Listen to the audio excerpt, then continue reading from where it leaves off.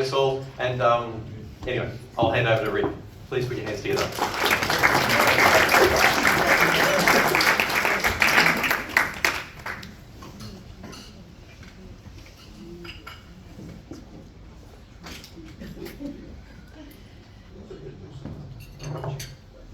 Okay. Thanks very much for inviting me to come along, and thanks to AHS for doing the book launch. I'll start by congratulating Chelsea and Chris and AHS on the Urban Reptiles book, which I think is just absolutely fantastic. It's most Australians live in cities. There's a relatively small number of reptiles that they encounter, and this book really gives you the introduction. It helps you identify them, tells you about them. It's a gateway to conventional field guides, so really a really valuable contribution for reptile conservation in Australia. So great work, guys. For Georgia, I just apologise for the fact that somebody in my group has such poor taste and doesn't understand that snakes are so infinitely superior to piranha lizards. And I'm feeling better and better about having pictures of dead piranhas. Okay. So what I'm going to talk about this evening is really sort of three topics. I'm a professional scientist, so why am I wasting my time writing popular books, not textbooks? Why do I write those books about snakes? Why natural history rather than some more respectable scientific discipline like physiology or genetics? This book is all about travelling the world and doing things with snakes, so why didn't I just stay in Australia and do it? Second part, just the mechanics of exactly how the book was written, in the unlikely event that anyone's interested. And thirdly, what's in the book, and it's clearly designed to convince you all to buy lots of copies. Some of you foolishly might have only bought one copy. We have Father's Day coming up, there's Christmas around the corner, there's Mother's Day next year. Come on, guys, you know. Okay, so why write popular books? The real reason that I've been spending more time in my geriatric years writing these sorts of books is that it's enormous fun. Scientific papers are very formulaic, there's a very fixed structure about how you have to write, and it's all terribly serious and a little bit tedious at times, whereas with a book like this you can sort of make up your own mind as to how you want to go. The more serious reason that I think there is worth doing is that science is in trouble in the eye of the general public. I mean, it used to have a special status, and people used to think scientists were terribly clever and they'd listen and believe what scientists said, but things like climate change, cigarette smoking, vaccines, you know, there's been an enormous avalanche of this fake news stuff, and scientists are seen by many people within society as very deceptive people that are actually out there to get government grants, and they're telling lies to everyone.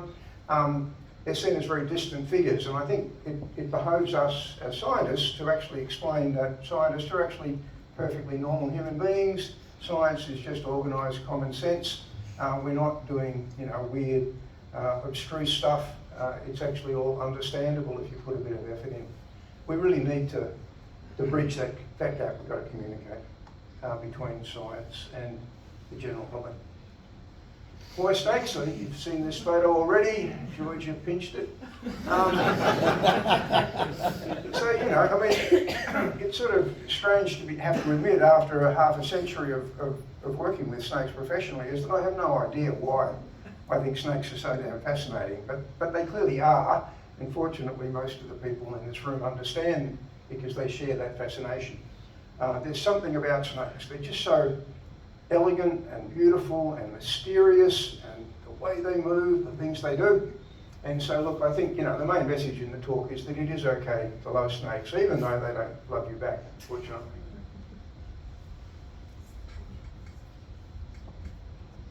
Why work on natural history? It's sort of old-fashioned. Our attraction to snakes is personal. Some people like looking at snakes and handling them, and I think some pet keepers just get a real zing out of just looking at the animal. I'm a person with a lot of curiosity, and for me, it's the greatest interest has always come from trying to understand them, and I think understanding their private lives. What the hell is that snake doing when you encounter it? Why is it there and not over there? Why is it going somewhere? What the hell is it going to do when it gets there? You know, how's it going to decide what it wants to have for dinner? How's it going to decide who it wants to court or be courted by or whatever? And for me, ever since I was a kid, the prospect of being out there in the wild, looking at a snake doing something, seemed to be incredibly interesting. And as I progressed in my career and I learned a little bit about science and about experiments, I got really entranced by the notion that not only could you just look at what animals did and describe it, but you could actually come up with ideas, alternative explanations, and you could conduct simple experiments to try and test between those explanations. And so, for example, one of my other passions is fishing, and here I am on Shadao, this little tropical island, and I've got a fishing rod in my hand, and I'm dangling a dead bird that's been killed by a pit viper that I found on the ground, and I'm wandering around dangling it in front of various pit vipers, and I'm doing the same with different types of birds and so on. So I'm asking these pit vipers what kind of bird they want to have for dinner. Does it matter how big the bird is? Does it matter what species it is? Does a large pit viper have a different response than a small one, and so on and so forth? And this is just so much fun that it's almost unfair. The more serious rationale for looking at natural history is that it's the first step to understanding what animals are doing in the wild.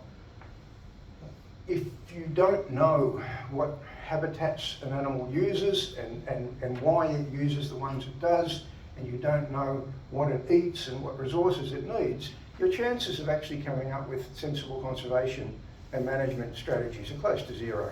And there's a huge number of examples of people putting huge amounts of effort and a lot of money into management of environmental problems, into conservation issues and so on, but it's just completely wasted because they've just leapt straight into, oh, we're going to get in there and solve it without actually understanding what the problem is. And I think research has a huge role to play, and a lot of that research has to be the really simple fundamentals about what animals are doing in the wild. Now, as taxpayers in Australia, you really should be asking me why I just didn't do all this work in Australia. Surely I was wasting taxpayer money heading off to other parts of the world. Surely I could have just stayed in Kakadu and looked at king brown snakes and things like that. And the answer is that I couldn't. You guys may know of some magical places within Australia where there are vast numbers of snakes that are happy to wander around and behave in front of you. But in my experience, such places are vanishingly rare. It's really difficult to find places within Australia where snakes are incredibly common and are prepared to let you watch them do things, let alone manipulate cues and so on. Because for the kinds of research I wanted to do, to ask the sort of questions I wanted to ask, you really need large numbers of individuals. There's no point trying to do it in a place where you can find 1 or 2 snakes a day. You're just never going to get the sorts of data you need. And for conservation questions, you know, if you go out there and you find 10 snakes one day and then you come back a year later and you find 5 snakes, you don't really know if the numbers have actually changed or if it was just good weather or something like that. But if you go out and find 1,000 and then you come back and find 500, you're pretty sure that something's going on. And so you need the numbers to get confidence in detecting what's going on in terms of population viability. Now, the notion that Australia doesn't have all that many snakes, of course, is contrary to usual opinion. The world is full of people that think that Australia is full of snakes. You know, English migrants who wear ironclad underpants whenever they go out the front door because they think a death adder is about to attack them. But really, snakes are rare. And we don't really know why that is. There's, you know, the long sort of religious thing where the snake in the Garden of Eden is naughty. There's a long tradition of happily massacring innocent serpents in Australian culture.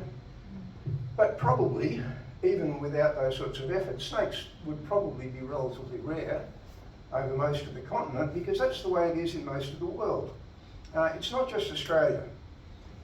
You can go to fantastic places with huge diversity of snake species, but you just don't see very many snakes. You know, you can spend a lot of time going up and down the Amazon and just not see very many individual animals. Snakes are secretive, often occur at low densities, and are incredibly difficult to observe, partly because of their inactivity, partly their camouflage, partly other aspects of their biology. As a good example of that, and many of you will be sick of pictures of herps in Borneo now, because many members of AHS were there, but Terry, my wife, and I were there for a couple of weeks. We had a week before the World Congress of Herpetology in Kuching, just a couple of weeks ago, where we spent every day and every night looking for herps. So here's the group. There were 5 of us. We had 2 very experienced local guides. I mean, these are people that are really the top people in the area. And when we're out there, this is what we look like in the morning. In a shower, this is what we look like. You can see that my friend Troy is doing an imitation of an orangutan here. It was pretty damn hot. The women are still fine, but the guys were wilting. But so we went out there and we really worked very hard, okay, for several days. And this is a part of the world where reptiles are incredibly diverse and can be relatively abundant. When Terry and I went to the local grocery store, I was surprised to find cans of lizard repellent. You spray this on the walls so the lizards can no longer stick to your walls. So, you know, if the local grocery store has got lizard repellent, you're in a pretty good reptile area. But yet, when you actually go out there and look for snakes, you find them, but you don't find a hell of a lot of them. Most of the species we found were tree snakes, like Dendrolaphus, related to our green tree snakes, and Aeatula, the vine snakes. But the way we saw them was usually just either a very brief encounter.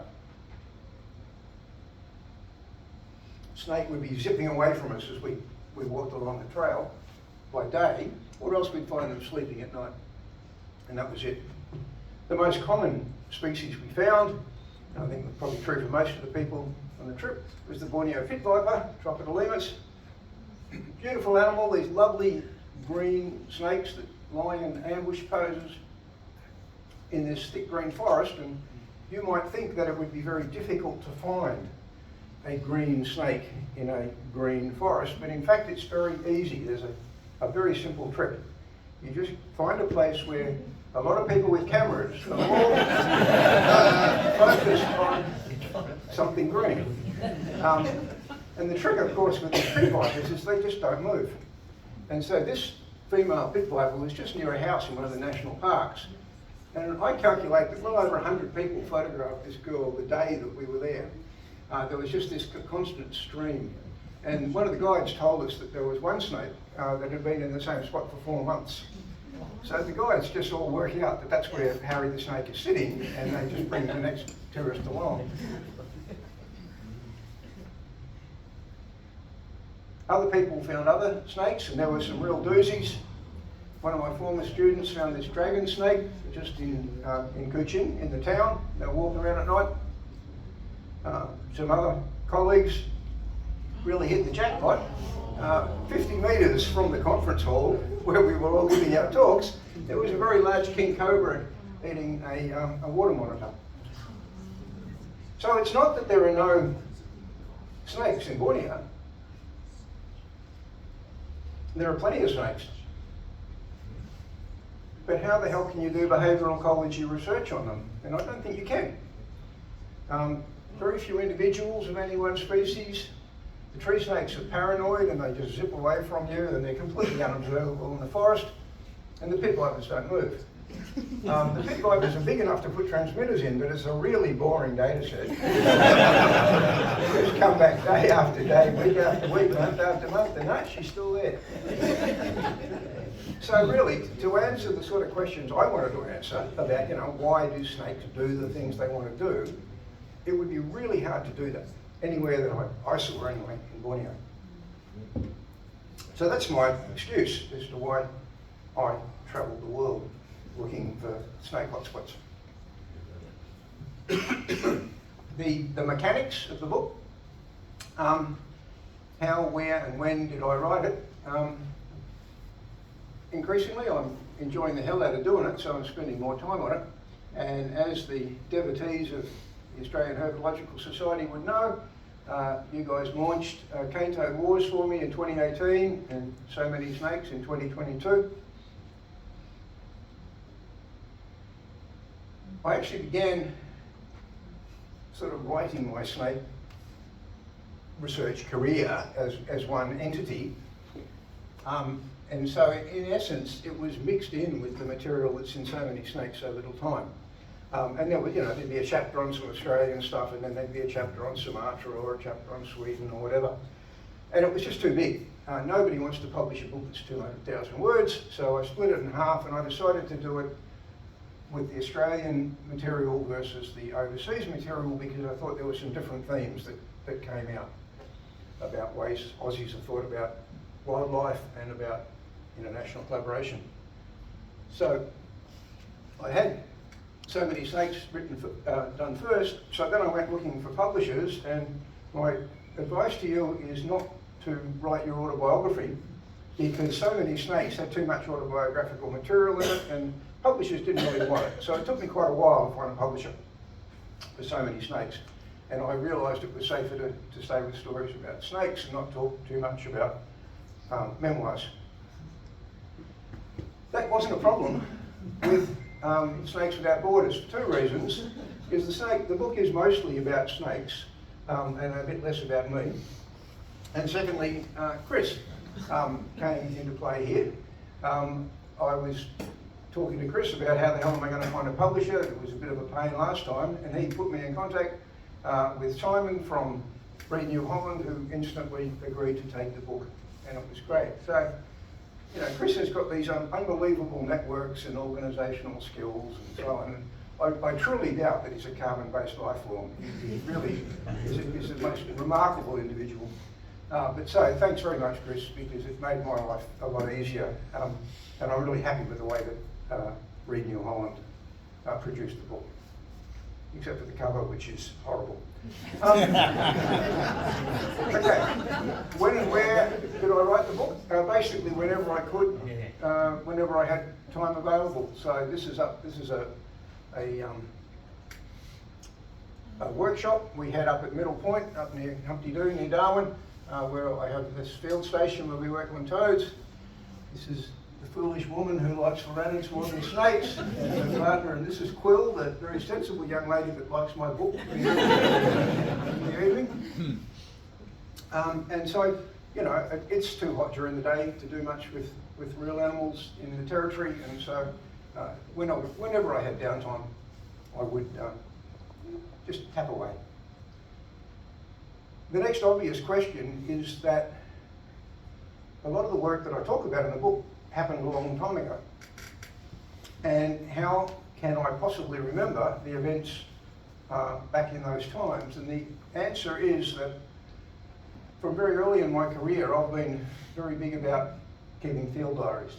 And I guess a suggestion for you guys is that anyone that goes out in the field frequently, even not that frequently, just keep records of what you see. It may well be that in 20 years' time, somebody is looking at an area and they're trying to come up with conservation plans. They need to know what used to be there. And if they can find a specific record that says that Kane and two of his mates saw 7 red-bellied black snakes in 3 hours out in that swamp, that could be incredibly useful. There may be no black snakes there anymore, but knowing that they were there in those sorts of numbers can really transform the entire operation. So please, it's fun. Gives you something to read, late at night when you can't get out into the field. keep field notebooks. And so that was very helpful to me, and I actually had a lot of fun going back and looking at the old field notebooks and working out what had gone on. So I had the text all written, and I had a fair number of images, maybe about half what I needed. I signed the contract with Reed in, I think it was February last year.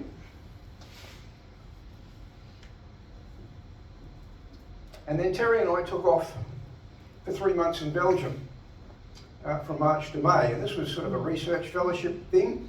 And the idea was that we would drink lots of Belgian wine, eat lots of Belgian chocolates, chat with lots of Belgian scientists, I would give a whole bunch of public talks about evolution and invasive species and occasionally snakes and so on. And so this was all going to be fun. And the day that we arrived in Belgium, I tested positive for COVID. So that wiped out the original plans that were meant to be all these grand public events. Couldn't do anything for about a month. And at the same time, I got an email from the publisher saying, oh, we want all the final files by the end of March. So that was sort of fortuitous in a way. So I had to frantically run around and find the images, and I sent lots of begging emails to my friends and colleagues, and they were terrific, and people sent me lots of shots. But the really spectacular success story was that I went on to iNaturalist, looking for the species for which I really needed pictures, notably things like European adders and Shadow pit vipers and so on, some sea kraits, and people were terrific. They'd get an email from some weird Australian out of the blue saying, I'd really like to use one of your photos. Haven't got any money, but I'll give you a copy of the book. And almost everybody said yes. And so that's really how I got a huge proportion of the photos, and I managed to meet the publisher's deadline. So what's in the book? It really is just the chunks of my research career on snake ecology that have been done in places other than Australia.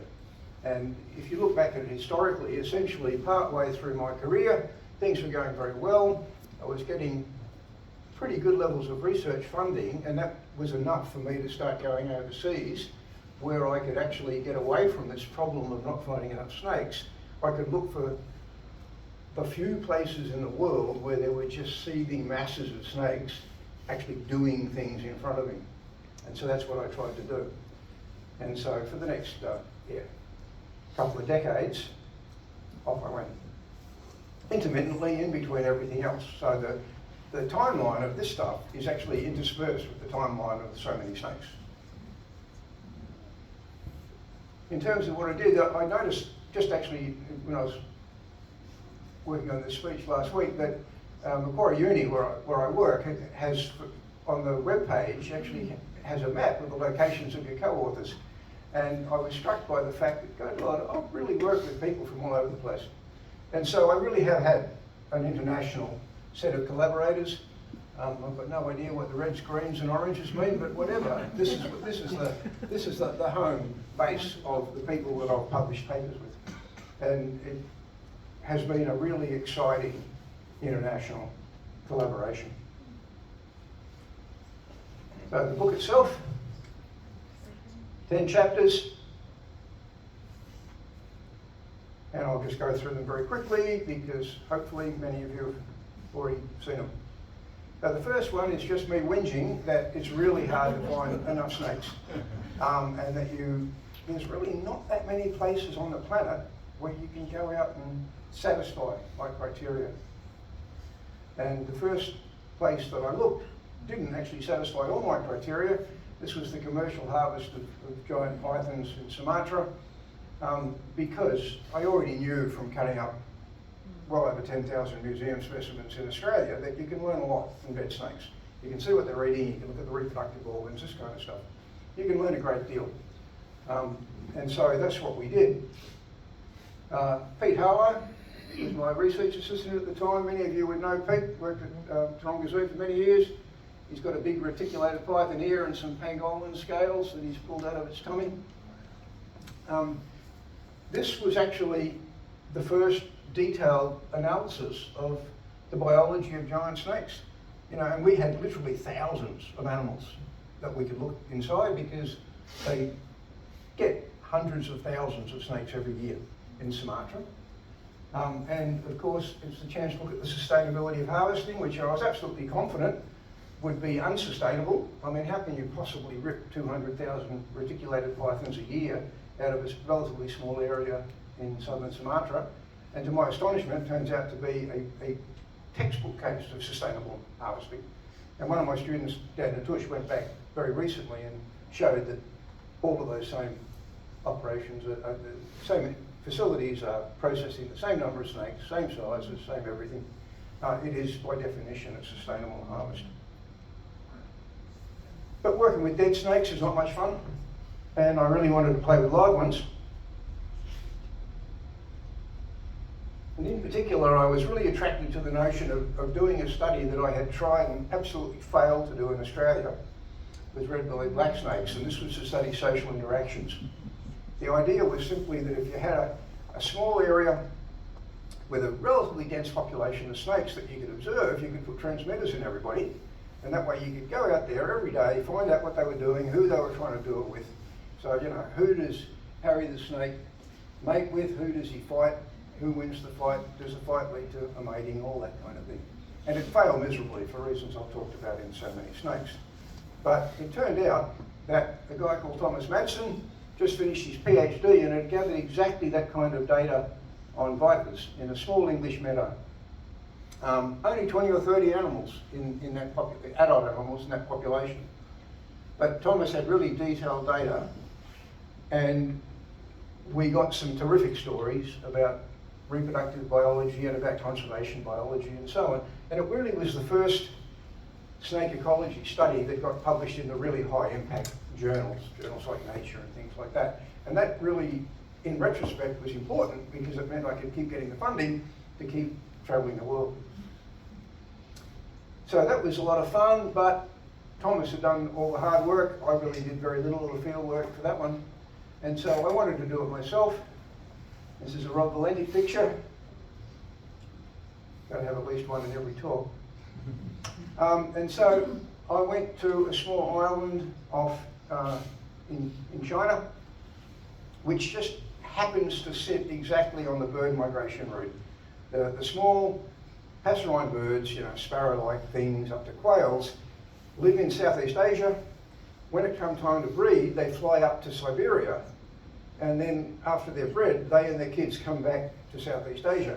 And it's a long trip, and there's long big areas over water, and birds don't like to migrate over water. Maybe if something goes wrong, they're in trouble. And so they look for spots where there's stepping stone islands, and Shadao is right in the middle in the Bohai Sea. And so it is home, very briefly, to tens of thousands of birds every spring and autumn that land, rest for a day, and then take off again. And it's got its own species of pit viper, and as you can see here, this not posed, every branch is festooned with pit vipers, average of about 1 snake per metre squared, which is our population. I took a couple of my current students at the time, Mike Carney, Mark Fitzgerald, some of you might know, he's a very long-term snake keeper. Suddenly Zinn was my local collaborator. It was great, we had a lot of fun, but pit vipers are tricky to work with.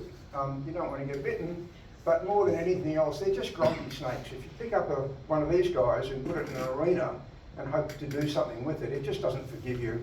And so, no matter how, you leave it for an hour or two and you come back and it's still, you know, lashing its tail and calling you terrible names and things like that.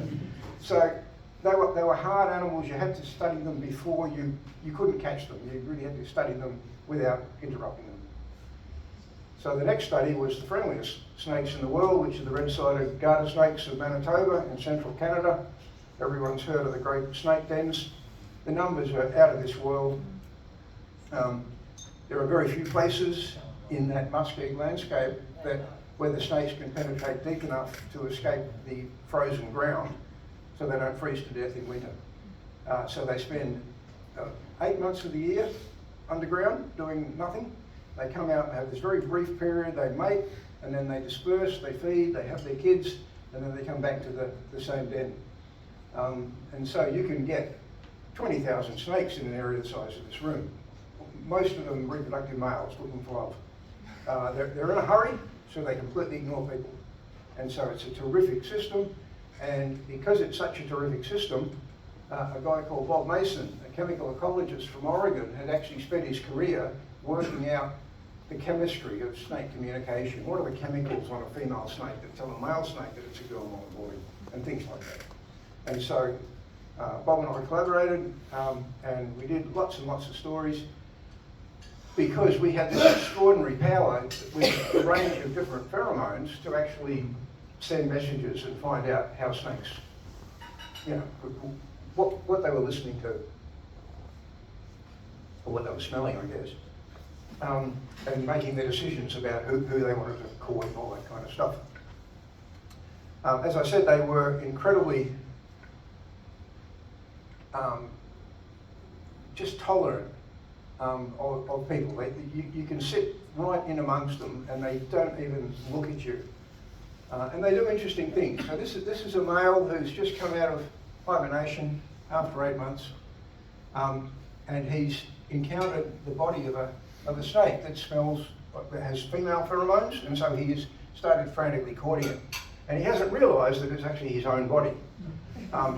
Because when the males emerge from hibernation, they produce female pheromones for reasons that we eventually worked out, but are very confusing. So this is self-love in the world of serpents, and it's an example of the kind of weird stuff that you can actually see and dissect and work out the reasons for in a system like this. The next system was much closer to Australia, the Indo-Pacific.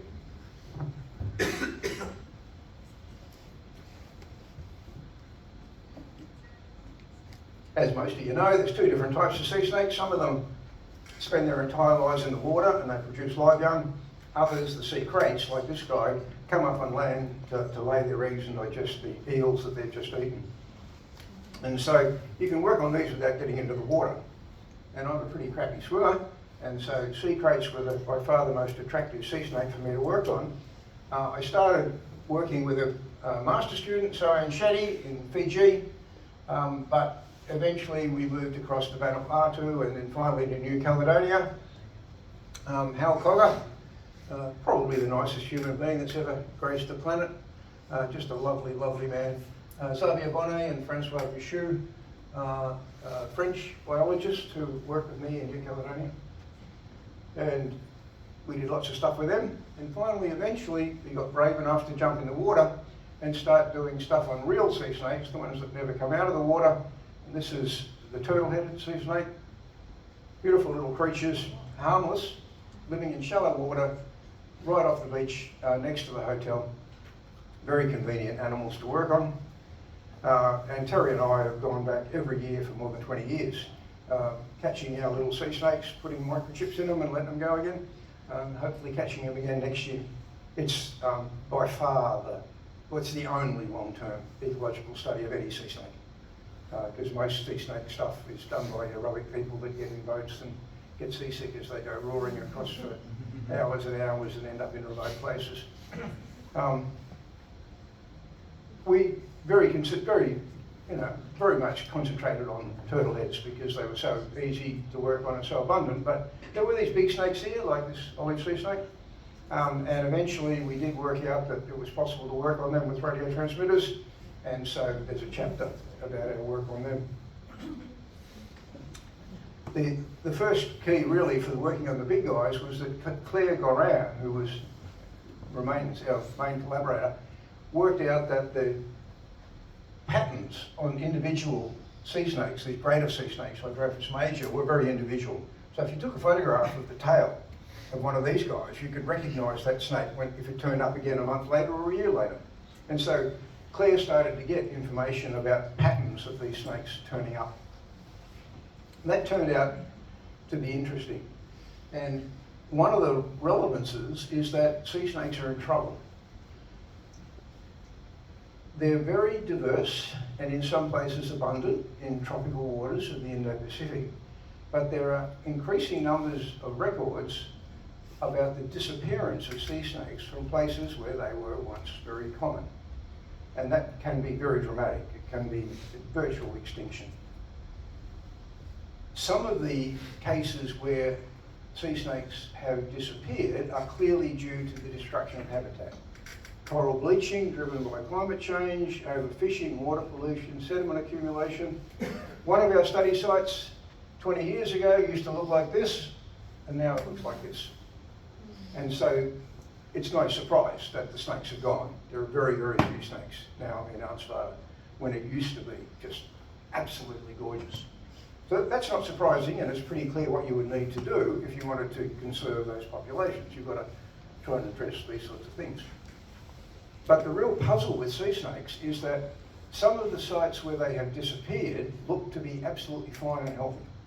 There's no obvious bleaching or sediment or overfishing or whatever. And so, for example, there's a small island called Canard, Duck Island, that's less than a kilometre offshore from our study sites. Popular tourist spot, it's a marine reserve. And so the tourists all go there and they snorkel around, and the fish are habituated, and the coral is beautiful, and there's lots of big fish, and the place just looks absolutely fantastic. There's volunteers, that citizen science stuff, that dive almost every day and have been doing so for a long time, more than 20 years. Sea snakes used to be common. They used to see an average of 6 or 7 a day, and then over the next decade that number just dropped and dropped and dropped. We actually have the data now, and it continues. They've never come back. So something happened. This place looks terrific, but the sea snakes have gone. And if you want to understand sea snake declines, this is the sort of perfect situation to try and work it out. And I came up with an idea as to why these things had declined. I decided maybe it was because all these lovely big fish were eating them.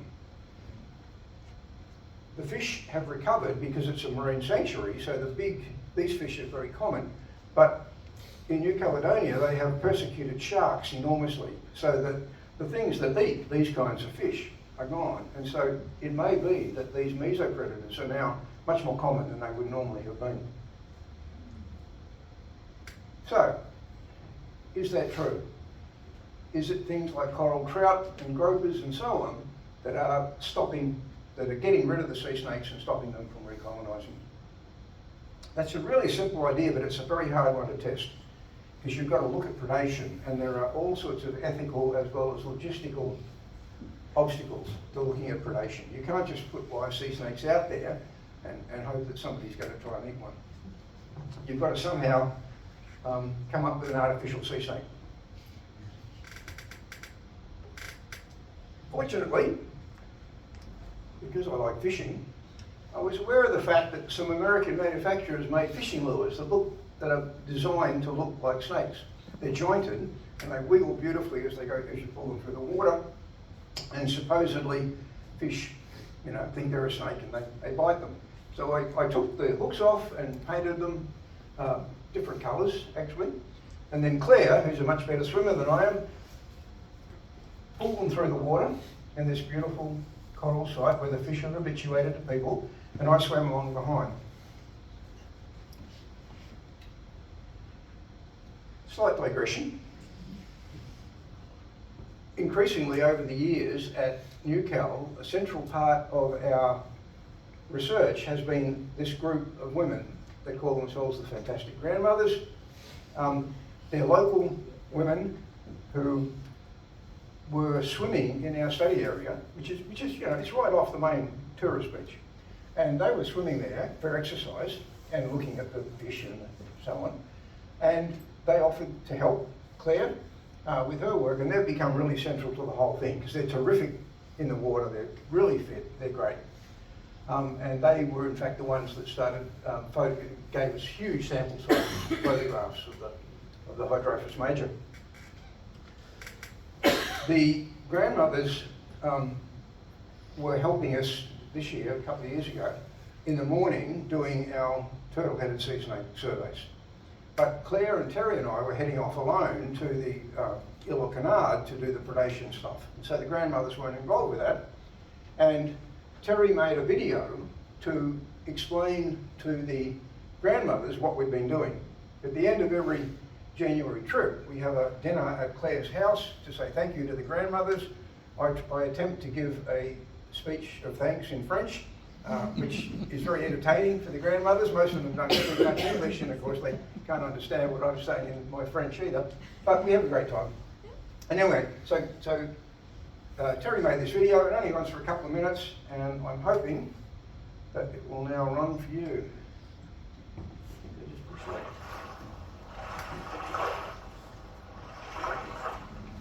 So, Eagle Canard, studies on predation. This is Dr. Grant, that's Claire, pulling the lure that's supposed to look like a snake. And this is me recording responses. And it kind of looks like a snake. You know, you've got to be generous here. It looks more like a snake than anything else.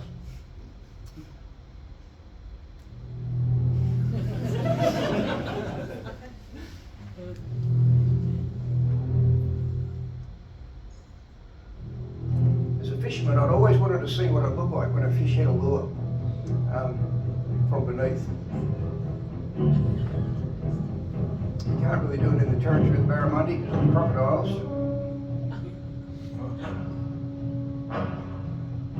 So the big question really was, would the fish attack a lure that was meant to look like a snake? You know, were there predators out there that were potentially interested in eating something that looked a bit like a snake?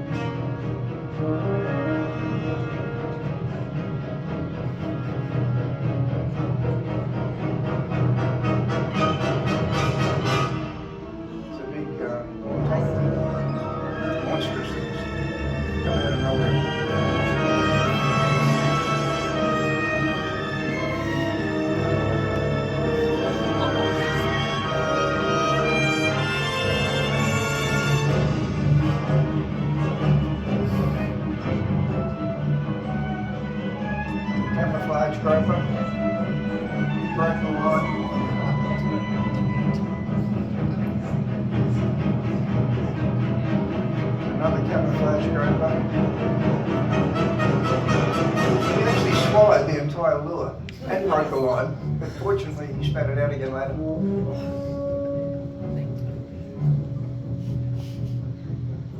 So yeah, the spectacular result was that anything that looks like and is about the size of a young sea snake in this system is going to get nailed instantly.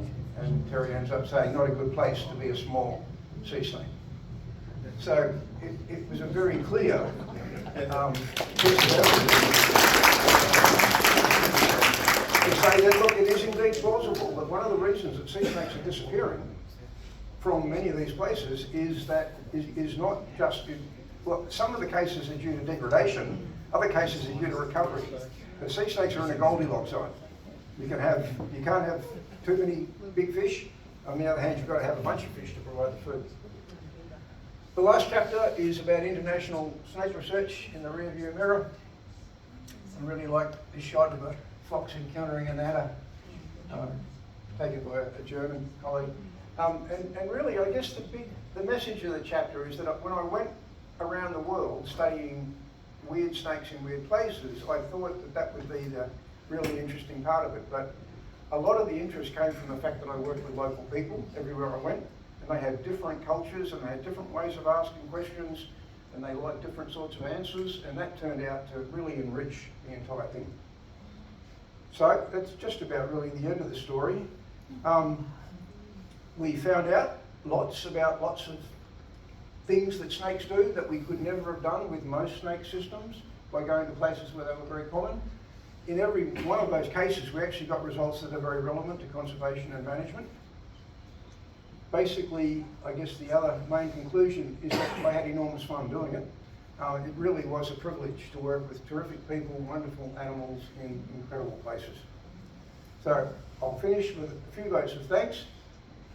Terry, very clearly, not only has been on many of the trips and taken a gazillion photographs, but every time there's a book launch, she makes a new shirt for me. They're getting wilder and wilder. Everyone who contributed to the books, especially the photographers, Chris and the Society for organising it, for all of you for coming along. Please put book reviews up. The publisher is doing absolutely nothing to publicise the book. So this is my only hope. And hope to see you back here in a year or two with an expert.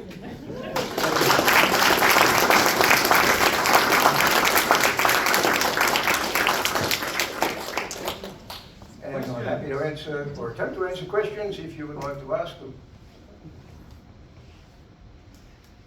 Or you can sit there in stunned silence. At the beginning you said scientists aren't weirdos, and then you showed a photo of you hanging a dead bird off a fishing line. It's more of a comment than a question. Let's talk about something else. Weather's been good. Yeah. Unusually warm. Yeah, look, I think it's absolutely true that we do weird stuff. And I mean, I can't get that past the fact that if you had shown me that photograph when I was 5 years old and told me I'd get a chance to do that, I would have thought, yeah, shit, yeah. Yeah, look, it's fun. We do weird stuff, and we just have to be prepared to get out there and do it. Yeah, no apologies. And how are Sumatra pulling so many snakes out of the forest every year, and that's remaining sustainable? Yeah, look, it's highly non-intuitive, and it's the same. The water monitors, they put out something like 2.5 million. What happened? What we discovered basically is that the retics, the blood pythons, and the water monitors are all depending on human subsidies. So they're living around the villages and they're eating the rats and the chickens and so forth that are there because the villages are there. You know, one of the classic stories is the water monitors is that people eat them, but if you don't bury somebody deep enough, the water monitors will come and eat that person. So they're kind of they return the compliment. So these are incredibly good at being urban reptiles. The sort of stuff that Chelsea was talking about, and particularly with the pythons, because they're ambush predators and they're beautifully camouflaged, you just do not see them. So that you can get a giant python living even, you know, there's lots of records in the middle of Jakarta. There's a vacant block down by the river, and eventually somebody discovers this 5-metre python that's been living there its entire life, eating the local dogs. And doing perfectly well, but people just do not see it. They don't need to move. There was one that was radio tracked in Singapore that sat under in a sort of a sewage vent basically, but it didn't move for months. And when they went and got it back out again, it had grown about 1 metre. So it was doing perfectly well. It was invisible. And so the snakes are using the resources that people provide for them. Almost everything ate rats. So that's the answer. These are just like the water dragons down at the Chinese gardens. They're animals that are just incredibly good at taking advantage of that extra resource subsidy that is provided by people. If you're not good at that, you've already been harvested to extinction. So the things like turtles are in trouble, big trouble, terrestrial turtles in that part of the world, because their life histories don't allow them to deal with offtake. But things like retics grow incredibly fast, mature incredibly early, produce incredibly large numbers of offspring, and yeah, they're doing fine.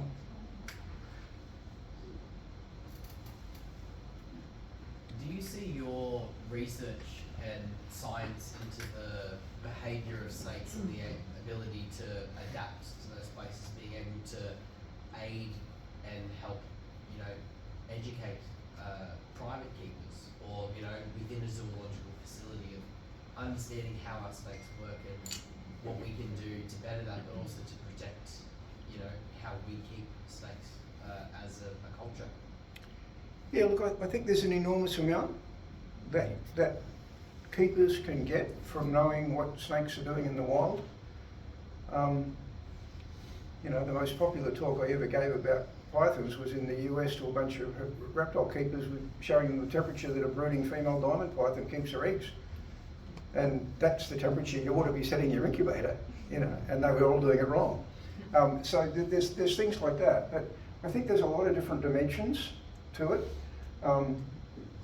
So for example, George's work with the goannas, horrible animals that they are, has shown this incredible range of personality types. You know, there's bold ones and shy ones. They use the world differently. They're in different kinds of habitats. They live different lives.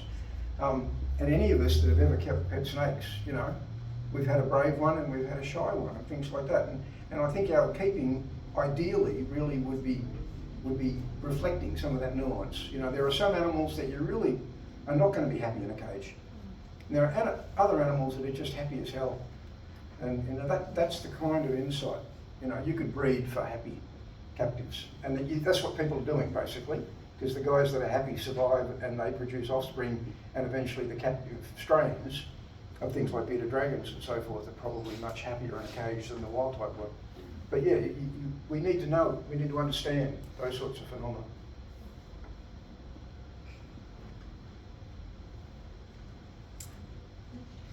Apart from the grumpy vipers, is there any snake that you actually haven't enjoyed working with for any reason?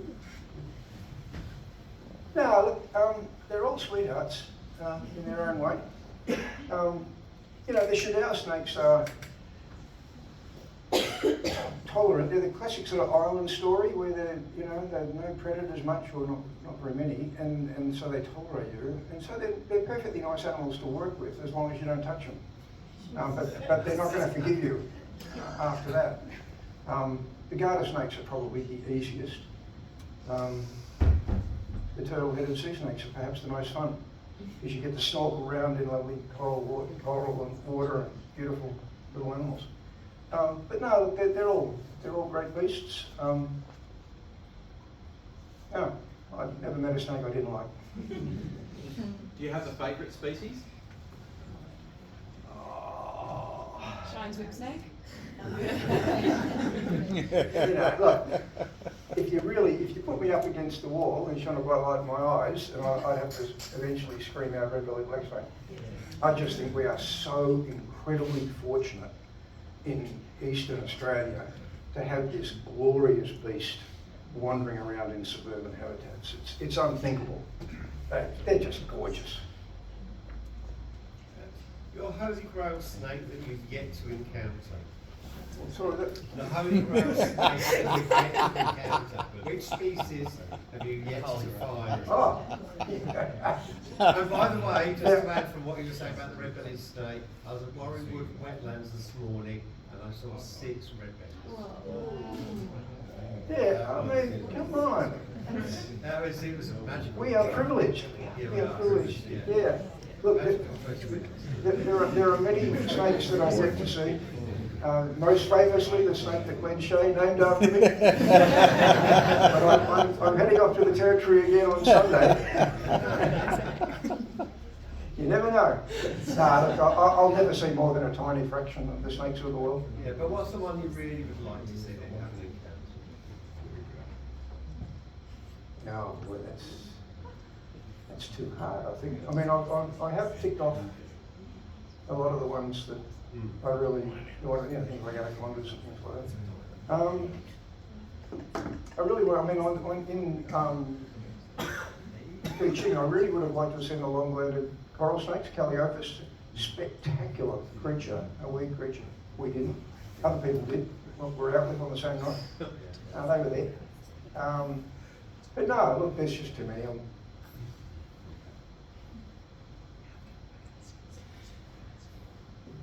Last chance. Why did boy snakes come out smelling like girls?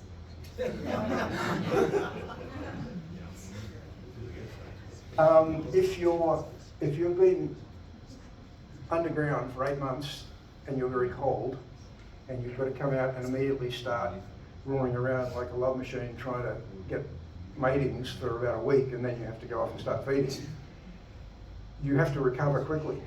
And the best way you can recover quickly is to produce female pheromones that make the other boys come, give you a massage and warm you up by courting you. And that's why all the boys pretend to be girls for the first couple of days after they come out of hibernation. The R-rated stuff, Chris better stop it now. Please put your hands together.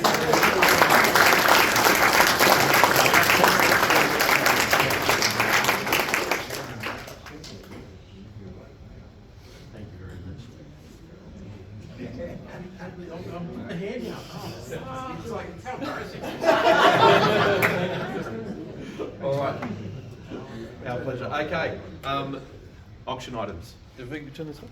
Auction items. Okay. This is the last chance. This is where Dane Tremper